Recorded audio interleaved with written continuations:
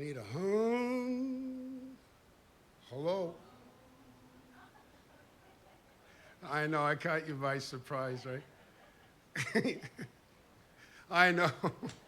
You're the one that paid the cover charge. And you're not ready? Okay.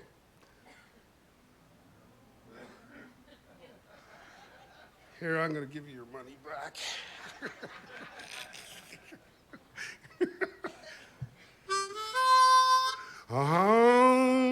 Breaking up big rocks on the chain gang. Breaking rocks and serving my time. Breaking up big rocks on the chain gang. 'Cause a big convicted of crime. Well, hold it steady right there while I hit it. Oh, there I reckon that to get it. I've been working. Yeah. And working, but I still got so terrible long to go.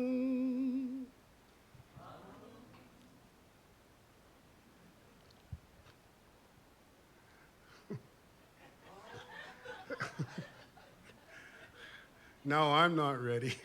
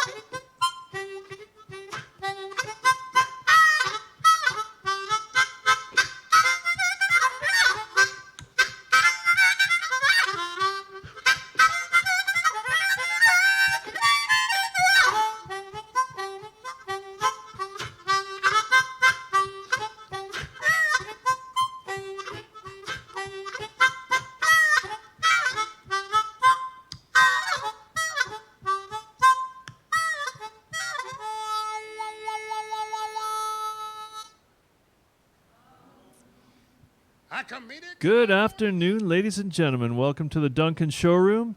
This is our third installation of Eugene Smith's Travels and Tales. My name is Bill Levity, and I'm standing in for Longevity John today. Ted Cadillac on the board. Trevor working on the magical bus. Apparently, John's switching the tires and the rims on the bus to elliptical shapes so that they can go in the water as well. Kind of double as paddles in case they need to take this show marine bound. You know, we could do concerts from offshore. We'll see what happens. Anyway, great to be back with you, Gene. We've been listening to some great tales over the last 2 weeks. Gene, how are you today? I'm doing good. You're looking good, my friend. Feeling good. Yes, I'm feeling pretty good under the circumstances. Yes, sirree. Getting over your shyness. There's no hat or colored spectacles today, I see. Feeling more comfortable? I'm the colored spectacle. Oh, I'm just a straight man. Carry on, my friend. Where are you going to take us today? Is that politically correct? I don't know. Slap myself. That was a good one. Yeah, it's all right. Just don't tell any musical theater jokes, okay? I need something on the kalimba here. I'll try to be careful. Oh, also this episode also is 14 plus parental guidance. Exactly. There may be coarse language, violence, and sex, nudity. So parental guidance is totally required. How are you doing, Billy? I'm doing really good, Gene. I put on my special Little Lord Fauntleroy jacket. Yeah, I saw that. You know, my role as aide to the stars has been expanding lately. Driving, talking with, chatting, carrying the groceries. So I figure I better dress well. If I'm going to be aide de camp to royalty, I should look good. Well, should we continue on here? Let's carry on. Okay, I've got a couple of stories to tell you, but also I had some feedback from people out there that have been watching the show on Tuesdays, and they said they miss me singing some songs. They would like some music, and so I decided no. No, I will not just talk. I will sing a song, maybe even two. You never know. So I'll start with this story. This is where we're all at right now. This is where I feel I've been at for a long time. Oh yeah. Oh, sitting here in limbo.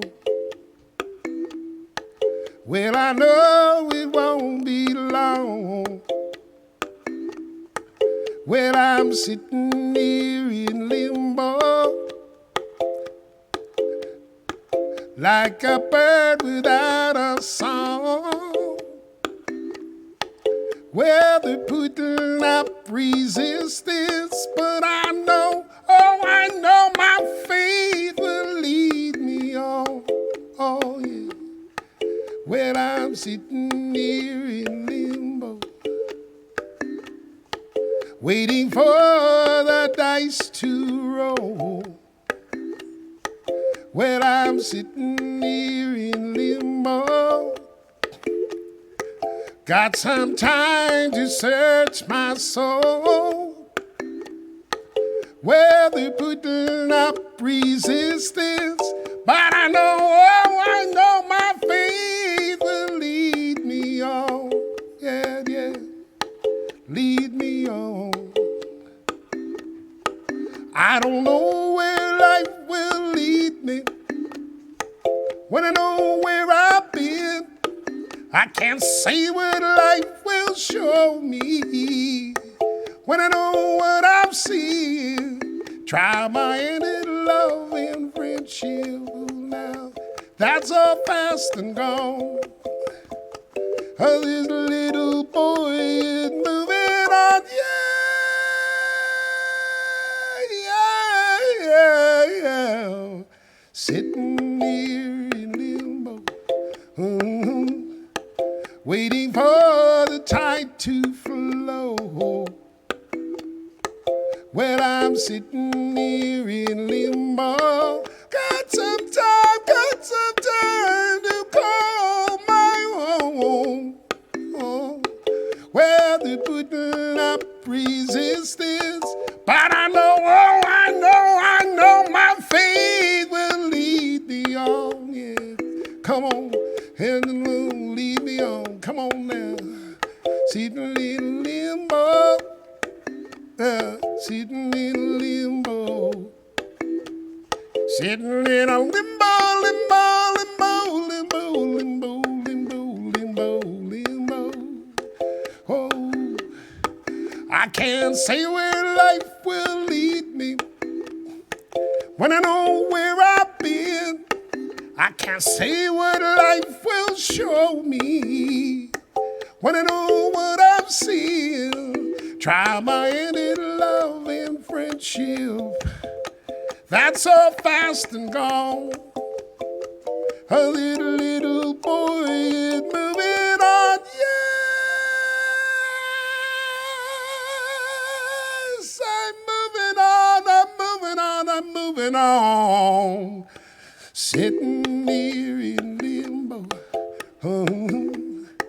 waiting for the tide to flow. Well, I'm sitting here in limbo, got some time to call my own. Oh, yeah. Well, they're putting up resistance, but I know, oh, I know my faith will lead me on. Yeah, sitting in limbo, yeah, sitting in limbo, sitting in limbo, limbo, limbo, limbo, limbo, limbo, limbo, limbo, limbo, limbo. Ah, yeah, sitting in limbo, huh, sitting in limbo. Whoa, oh yeah, sitting in limbo. Yes, I am. We're all sitting in limbo. Yeah, now sitting in limbo, sitting in limbo, sitting in limbo, sitting in limbo, sitting in limbo, sitting. Ciao. Thank you, thank you. All right. All right, so that's sitting in a limbo there. That's what we're all doing right now. So I just like to say hello to some people out there. First of all, Victoria, Carol, the Courts, Ken and Linda, the Lumleys, Martha Lesher and her brood, LV, Liam, and Eli. I hope you're all doing well out there. If I miss your names, I'm just rambling on here. And this is Taff and Amy. I want to say hi to them, and Scott Owen out there, and Peter. All the people I can think of right now. Good. Gene, you've got some notes here to start you off in the sidebar. You want to hear those? Sure. Quickly, as you said, Carol Gordon waiting for our national treasure to appear. That's me. I'm here. There you are. Carol Gordon says, "Who's here?" L. Russell from Uxbridge, Ontario goes, "Here." Rob, Yes, Rob, and Rob and Josh, how you doing? Nice. And Teresa Wilkes from Nanaimo goes, "Bah, ha, ha, man, Eugene, I nearly spit out my gin." That must have been for your colored spectacle joke. That's a good one. So, yes, there you go. Okay, so I guess I should get on with a story here because a half hour, 45 minutes goes really quickly. Some of you may have heard this story. I'm sure some of you have heard this story before, but I'm going back to my Ronnie Hawkins days.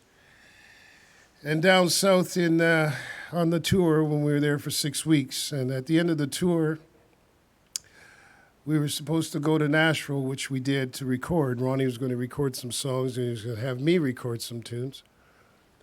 And Ronnie got there a couple of days after the band got there. And in the meantime, the heads of the studio came to my motel room and brought their music with them on a reel-to-reel back then, or reel-to-reel. And anyways, the idea was for me to listen to these songs that this person had recorded, and they were trying to get the songs out there, get people to record these songs, these tunes this fellow had written. And they said, "No, Eugene, we want you to," well, Jay was my name then, so they said, "We want you to tell us exactly how you feel about these songs and what you think."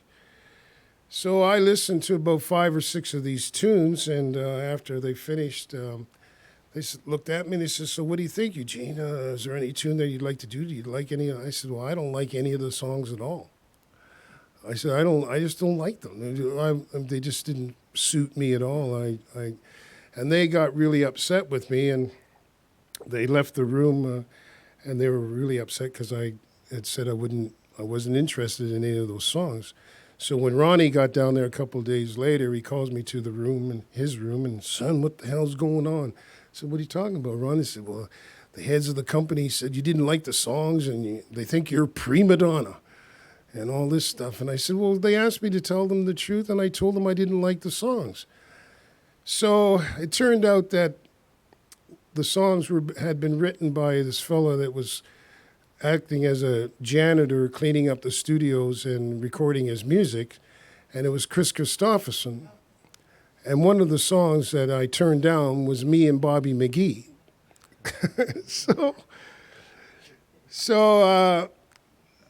I never thought about it much till later on. When I got older, I said, "Oh, I turned down "Me and Bobby McGee." So to top the story off, a couple of years ago, Ronnie invited me to his home. Him and his wife Wanda had sold their farm in Peterborough, and he was having a big do out there, the last hurrah at the farm in Peterborough.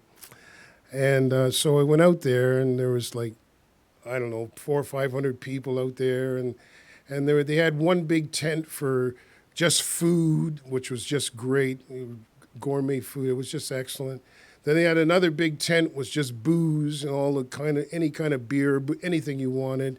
And then they had this other open tent that with couches and chairs and stuff, and that's where Ronnie and Chris Christopherson were holding court. And Ronnie introduced me to Chris and everything. So I walked away later on, and and I was thinking about it. So I went back, and I said, Chris, I said, I've got this story to tell you. And I told him the story that I just finished telling you. And when I got to the punchline, and I said, so Chris, one of the songs that I turned down of yours was Me and Bobby McGee. Well, he started to laugh. I mean, like, he just started laughing. He couldn't stop laughing. And as he was laughing, he says, well, I guess the shit hits the fan sometimes, eh, Eugene? I went, yeah, I guess it does. So on the way home, I was thinking, what are the chances of me being able to turn down Chris Christopherson's song and then 30 years later get a chance to actually tell the man face to face that I turned down one of his songs? Anyways, that's my Chris Christopherson story. Nice. Take it away, Billy. I'm pooped. Where did I go? He's needing a break. Yes, I made some notes.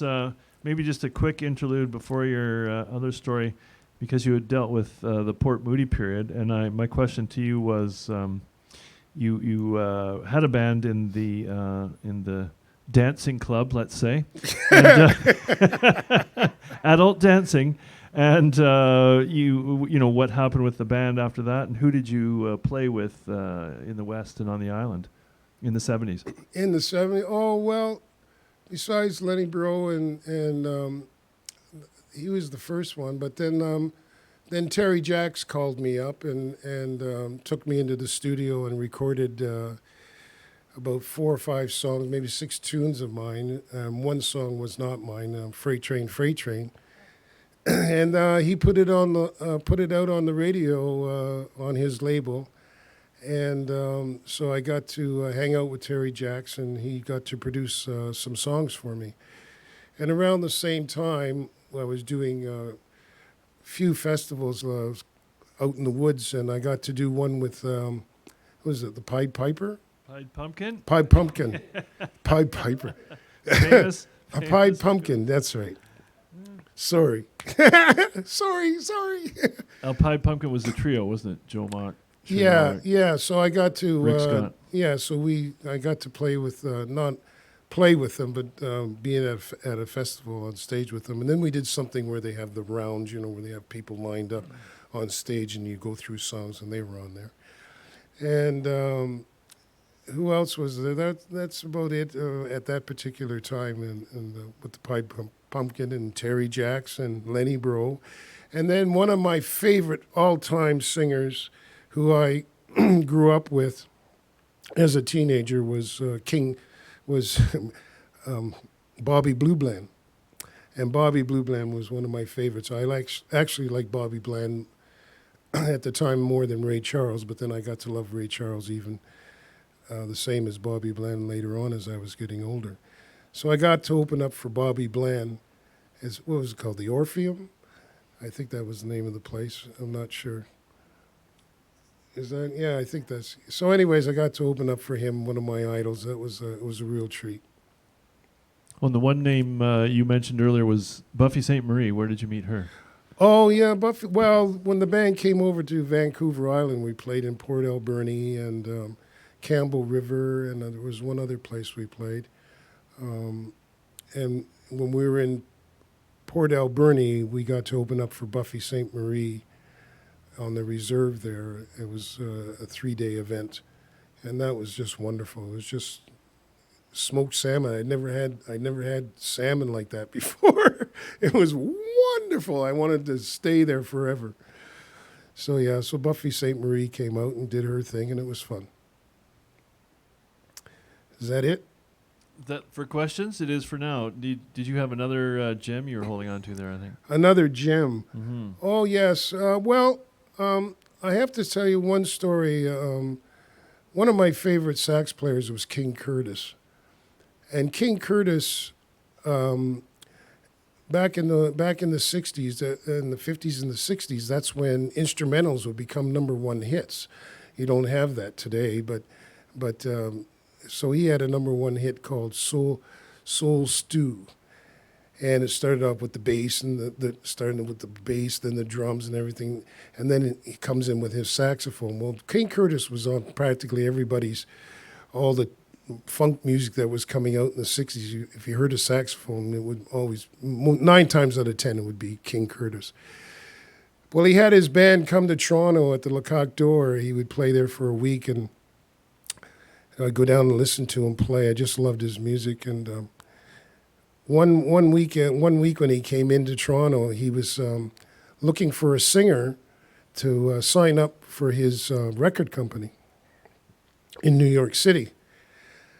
And so there must have been about 20, 25 male singers all going, it was for a male singer, all going down there. We all went down on Saturday afternoons and all got up and did some songs with King Curtis and his band, and then he was going to choose somebody. But anyways, at the end of it all, after we all finished, he came to my table and he says, "I'd like to talk to you." And I went, "Oh my God, I'm going to be signed up to King Curtis's record company." I was so excited, I'm going, he's chose me. He chose me.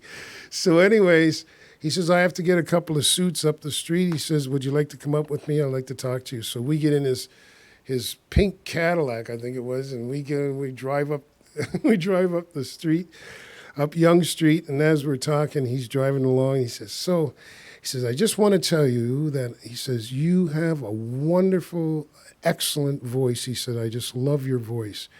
I says, "Oh, thank you very much." And then he lowered the boom and said, "Well," he says, "but you're not the singer I'm looking for. You're just not the type of singer I says, "I just had to take you aside and let you know what I thought of your singing." And I was let down. I was really let down. I thanked him and everything. And then I started thinking about it, and I thought, you know what? I was let down that I wasn't going to be signed to his record company, but the fact that my hero, one of my musical heroes, actually told me to my face how much he enjoyed my singing, it meant more to me than signing up to his record label at that particular time. It just meant so much to me when he said that and told me that. And about 6 months later, after that was all said and done, he owned 2 apartment buildings in New York City, and 2 good old boys got into an argument, and one of them pulled out a knife, and King Curtis stepped in between them to stop them, and the guy with the knife stabbed King Curtis in the heart, and he was taken to the hospital, and he died hours later. But the fact that he told me what he told me, it was mind-blowing for me at the time. So that's one of the stories. I tell you one more. I was in a band called the Double Blues Band, and in 1977. Now I'm going into the 70s. Back 1977, after I had moved back from here to Ontario, I was in this band. It was sponsored by Labatt's.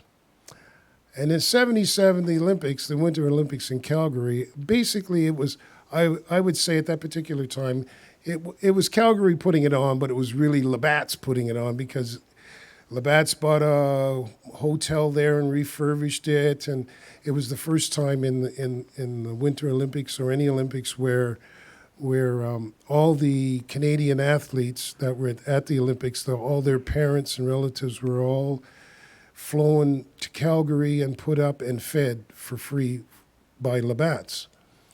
And it's also the first time I heard that the committee itself, the Olympics, actually made a profit that year. So we got to Calgary 3 days before we had to play. Now, we were playing at a place called the 400 Club, and that's where all the parents would come and the athletes would come, and we would play for them, and they would have dinners and lunches and breakfasts there, all on Labatt's, and everything was supplied. I had never been to an Olympics before in my life, so this was a mind-blowing thing for me. It was an eye-opener. They had just to go to the Coca-Cola tent and trade pins. I didn't have any pins, so Labatt's was giving us tickets to go to any events that we wanted to go to. Well, I didn't really want to go see the long mile skiing, like you would cross country skiing and all that stuff. There were certain things I wasn't interested in. So I started trading my tickets for pins so that I could go to the pin tent and trade pins there. And Labatt's I'm not sure how many thousands of pins, but Labatt's made a mistake on the signature on the O's that are above on the Olympics, and they made a mistake and they left one out or something, and so they were very, very valuable if you had one of those. And the RCMP, they had these beautiful pins for the Olympics, and one of the RCMP officers apparently gave one to a parking lot attendant, and he sold it for $3,000. They also had other pins there for the summertime Olympics. They had pins for both summer and winter Olympics. And this one guy had 4 pins. There were 5 pins for this collection. And he just needed one more pin to finish his collection. And I was told that he sold it for, I think he sold it for he bought it for $12,000. Somebody sold it to him. And that was exciting. I got to meet people like Vladimir Tretiak. Vladimir Tretiak. I could see why he was so good as a goalie. I mean, he was very athletic, but he was huge. This guy was huge. When he shook my hands aren't small, but his hand, my hand got lost in his hand when I shook his hand. The most fun person was Eddie the Eagle. Everybody just loved Eddie the Eagle. He was so much fun.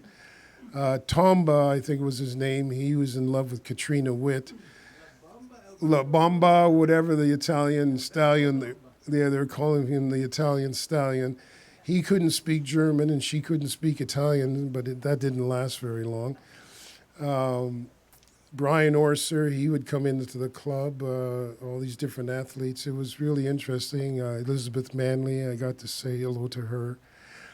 And one of the things that happened at the Olympics was that when we went to the village, well, going through security was like going through security at an airport. And Labatt's had given us these jackets that we wore, and we had our dressing room next to Katie Lang's band because we were doing a show. We opened up, and then she came on after us. And the thing was, all this security was there, but yet when we didn't lock our dressing room door, we didn't think we had to with all the security. And when we came back, somebody had ripped off one of the jackets, 2 jackets, and one of the jackets belonged to one of the sound guys, and his wallet and all his identification and $400 was in there, and they took that. And I was thinking, with all this security, who in the heck would stole the stuff, you know? And it had to be another athlete or a musician, I hope not, or it had to be somebody in the building that was already there for sure. So it just didn't make any sense. But what happened was, what I remember was the night before, Bryan Adams had played, and he invited all the athletes behind him to come down on stage for his last song. And so that was great. So the next night when we were there, Katie Lang, she gets up on stage, and she didn't know, and the athletes didn't know. So they just thought they could come down again without even saying anything. They just all got up for her last song, and they all came down, and she got totally lost in all the crowd of people, and I was told that she was really upset by that. But it was just one of those things that happened. But it was a really fun time. When we left, 30,000 people were leaving Calgary a day. It was starting to walk downtown. It was becoming like a ghost town. And if I can remember correctly, I'll try to remember, Rick Morrison was the leader of the band. It was called the Double Blues Band. We had Rick Morrison on sax, if I can remember, and Ronnie Grant played bass. He's no longer with us. God bless you, Ronnie. Michael Fonfera was playing keyboards. And we had Peter Jeffries. He played the trumpet, from what I remember. I can't remember everybody. There was Gloria Davis and a woman, one of the female singers, and another singer named Karen. I can't remember Karen. If you're out there, Karen, I'm sorry. I just remember your first name.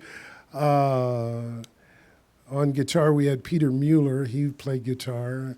I was one of the singers, Chuck Jackson. Pat Carey, who played saxophone. And on drums, Ricky Gratton was there for a while, and then we had a drummer by the name of Dave James. And the last drummer, I can't remember who that was, so many years ago. And anyways, it was a huge band, and it was a lot of fun. That's the 77 Olympics.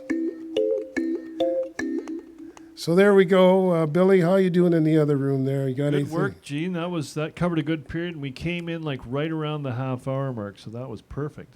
Oh, okay. You're gonna take us out with a song. Now, my one question maybe before you play your song Yes. is what drew you back to Ontario? Many of us have migrated west, but you did go back. Well, what drew me back was my father had cancer. We were raising Angus cattle up in Clarksburg. Our first farm was in Creemore, where they make the beer now, and then the second farm was in Clarksburg, and he was on the farm.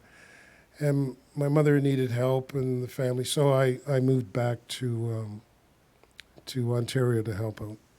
You're a good man, Charlie as much Brown. as I could, yeah. Nice. So, one more song for y'all. Thank you, everybody,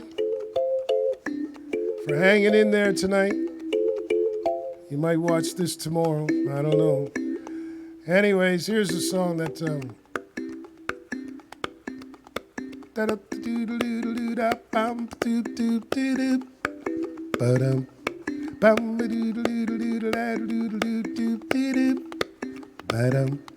Well, he rocks in the treetop all the day long, hopping and popping and singing his song. All little birds on Daybird Street love to hear the robin go tweet, tweet, tweet, rockin' Robin, rockin' Robin.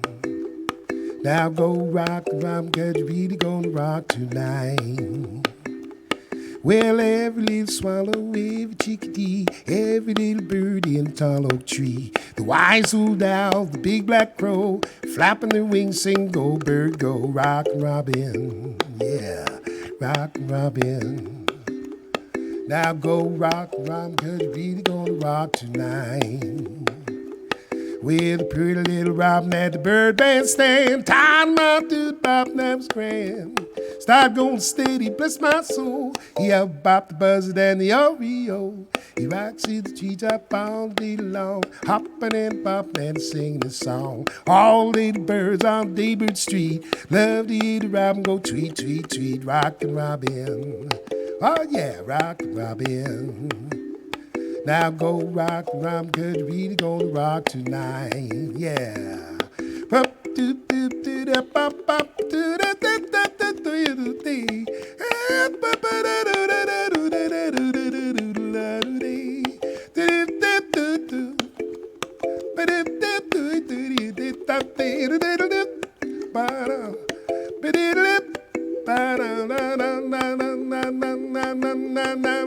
pretty little robin at the bird bandstand, tied him out to the bop, and that was grand. Start going steady, bless my soul. He out bop the buzzard and the Oreo. He rocks in the treetop all the day long, hopping and bopping and singing his song. All little birds on the Daybird Street love to hear the robin go tweet, tweet, tweet, rockin' Robin. Oh yeah, rockin' Robin. Now go rockin' Robin, 'cause you're really gonna rock tonight. Yeah. Say go rockin' Robin, 'cause you're really gonna rock tonight. All right. Now go rockin' Robin, 'cause you're really gonna rock. Go rockin' Robin, 'cause you're really gonna rock. Go rockin' Robin, 'cause you're really gonna rock tonight. Yeah. Bum bum ba da ba ba doodle doodle deep. Pop doodle doodle deep. Pop doodle doodle deep. Pop doodle bump bump bump bump bump bump bump rock rock rock rock and Robin. Yeah. All right, Eugene Smith, everybody. Thank you. Good night, everybody. I guess you like to wait till the songs are a hit till you cover them. Is that the thing? Yeah, that's basically. Oh, sorry, that's mean. I'll just give you your goodbyes here. Colleen L. says, thanks, Eugene. And Carol Gordon says, thank you for making isolation fun and touching. We're not sure what she means by that, but it's touching her heart, I think. Love ya. Carol Gordon, heart, heart, heart. I think that's several martinis. And Teresa Wilcox, thanks, Eugene. Loved it. Oh, Bob Nation, a local hero. Thanks, Eugene. Great to hear your stories and your rhythms. Nice. Yes, a lovely installment. Thank you, Eugene, and thanks to Dr. Ted, Longevity John, and Trevor out in the bus alley working on the amphibious soon-to-be vehicle. My name is Bill Levity. We get to share the forum next Tuesday, the 28th. Eugene will be continuing with his stories at 5 p.m. And For the Love of Words, our monthly spoken word event, which went on last month with a flow meeting. What was that called? A Zoom meeting. We're just ignoring all the privacy laws. And we did a Zoom meeting that Ted bumped to YouTube stream, and it worked really well. So tune in next Tuesday for both Eugene Smith, Tales and Travels, and Bill Levity with For the Love of Words. What time, Bill? Well, you will be the same time, 5 p.m., and I think we went on at 7:30 sharp. Didn't we, Ted? Something like that. Sure. As John would say, the long side of 7:30 p.m. sharp. Thank you all for listening and for your comments, and to our special audience member and all of you out there in Webland. And thanks so much to Eugene for sharing. Thank you, yes. Yeah, we'll see you soon. And I'd like to say good night, Bill and Colleen. Oh, Bill and Colleen. Yes, they were in here too. Colleen L. Where are they from? They live right here. Oh, those Bill and Colleens. Yes, actually, Bill went to school with me at Mimico High School. Really? Well, why haven't we met him? I think you have. I'm sure we probably did. Thank you, and we know John's making great plans. We can't tell you anything so far, but there will be something imaginative coming down the pipe, I can tell you that. It's not just the amphibious showroom bus. It's going to be more. We'll see you soon. Goodbye. Bye-bye. Good work, Gene. That was a good one.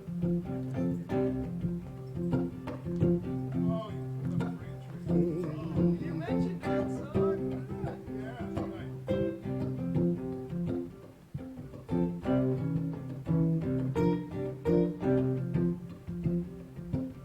I say, freight train,